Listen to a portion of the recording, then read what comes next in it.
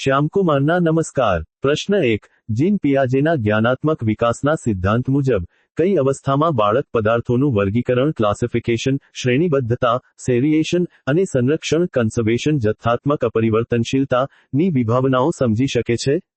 જવાબ: મૂર્ત ક્રિયાત્મક અવસ્થા કોન્ક્રીટ ઓપરેશનલ સ્ટેજ 7મી 11 વર્ષ। પ્રશ્ન 2 નવી શિક્ષણ નીતિ 2020 NEP 2020 અનુસાર રાજ્ય કક્ષાએ શાળાકીય શિક્ષણમાં મૂલ્યાંકનના ધોરણો, માપદંડો અને માર્ગદર્શિકા નક્કી કરવા માટે કઈ રાષ્ટ્રીય મૂલ્યાંકન સંસ્થા નેશનલ અસેસમેન્ટ સેન્ટર ની સ્થાપના કરવાની જોગવાઈ કરવામાં આવી છે? જવાબ: PARAKH performance assessment, review and analysis of knowledge for holistic development. પ્રશ્ન 3 શિક્ષણનો અધિકાર અધિનિયમ RTE એક્ટ 2009 મુજબ પ્રાથમિક શાળા ધોરણ 1-5 માટે બાળકના ઘરથી શાળાનું અંતર સામાન્ય રીતે કેટલું હોવું જોઈએ? જવાબ: એક અતિવાસ્તવવાદીઓ અંતરની અંદર, જ્યારે ઉચ્ચ પ્રાથમિક શાળા માટે 3 કિલોમીટર। પ્રશ્ન 4 જ્ઞાનાત્મક, ભાવાત્મક અને મનોશારીરિક સાયકોમોટર ક્ષેત્રોના શૈક્ષણિક હેતુઓનું વર્ગીકરણ ટેક્સોનોમી ઓફ એજ્યુકેશનલ ઓબ્જેક્ટિવ્સ કયા અમેરિકન શિક્ષણશાસ્ત્રી દ્વારા આપવામાં આવ્યું હતું? જવાબ: બેન્જામિન બ્લૂમ। પ્રશ્ન 5 જ્યારે કોઈ બાળકના મનમાં બે પરસ્પર વિરોધી વિચારો, લક્ષ્યો કે ઈચ્છાઓ એકસાથે ઉદ્ભવે અને તે નિર્ણય ન લઈ શકે, ત્યારે ઉદ્ભવતી માનસિક સ્થિતિને મનોવિજ્ઞાનમાં શું કહેવાય છે? જવાબ: સંઘર્ષ કોન્ફ્લિક્ટ।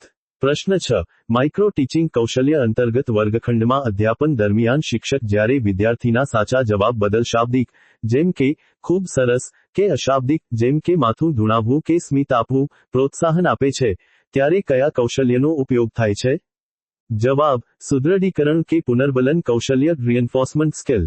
પ્રશ્ન 7 લેવ વાયગોત્સ્કીના સિદ્ધાંતમાં બાળકના અધ્યયન માટે અસ્થાયી કે ક્ષણિક ટેકો પૂરો પાડવાની પ્રક્રિયાને, જેમ કે સંકેત આપવા, મદદ કરવી કે માર્ગદર્શન આપવું, શું કહેવાય છે? જવાબ: સ્કેફોલ્ડિંગ ભાડા નિર્માણ સ્કેફોલ્ડિંગ।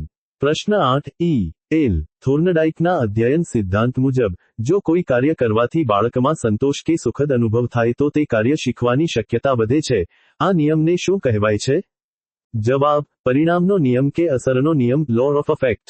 પ્રશ્ન 9 જે ગંભીર શૈક્ષણિક અક્ષમતા ધરાવતું બાળક ભાષાકીય સંકેતો, ગાણિતિક ચિહ્નો કે વાંચેલા લખાણનો અર્થ ગ્રહણ કરવામાં મુશ્કેલી અનુભવે છે, તે કયા પ્રકારની સમસ્યા છે? જવાબ: ડિસ્લેક્સિયા વાચન અક્ષમતા। પ્રશ્ન 10 હેવાર્ડ ગાર્ડનરના બહુવિધ બુદ્ધિના સિદ્ધાંત મુજબ કવિઓ, લેખકો, પત્રકારો અને વક્તાઓમાં કયા પ્રકારની બુદ્ધિ સર્વોચ્ચ કક્ષાની જોવા મળે છે? જવાબ: શાબ્દિક ભાષાકીય બુદ્ધિ લિંગ્વિસ્ટિક વર્બલ ઇન્ટેલિજન્સ।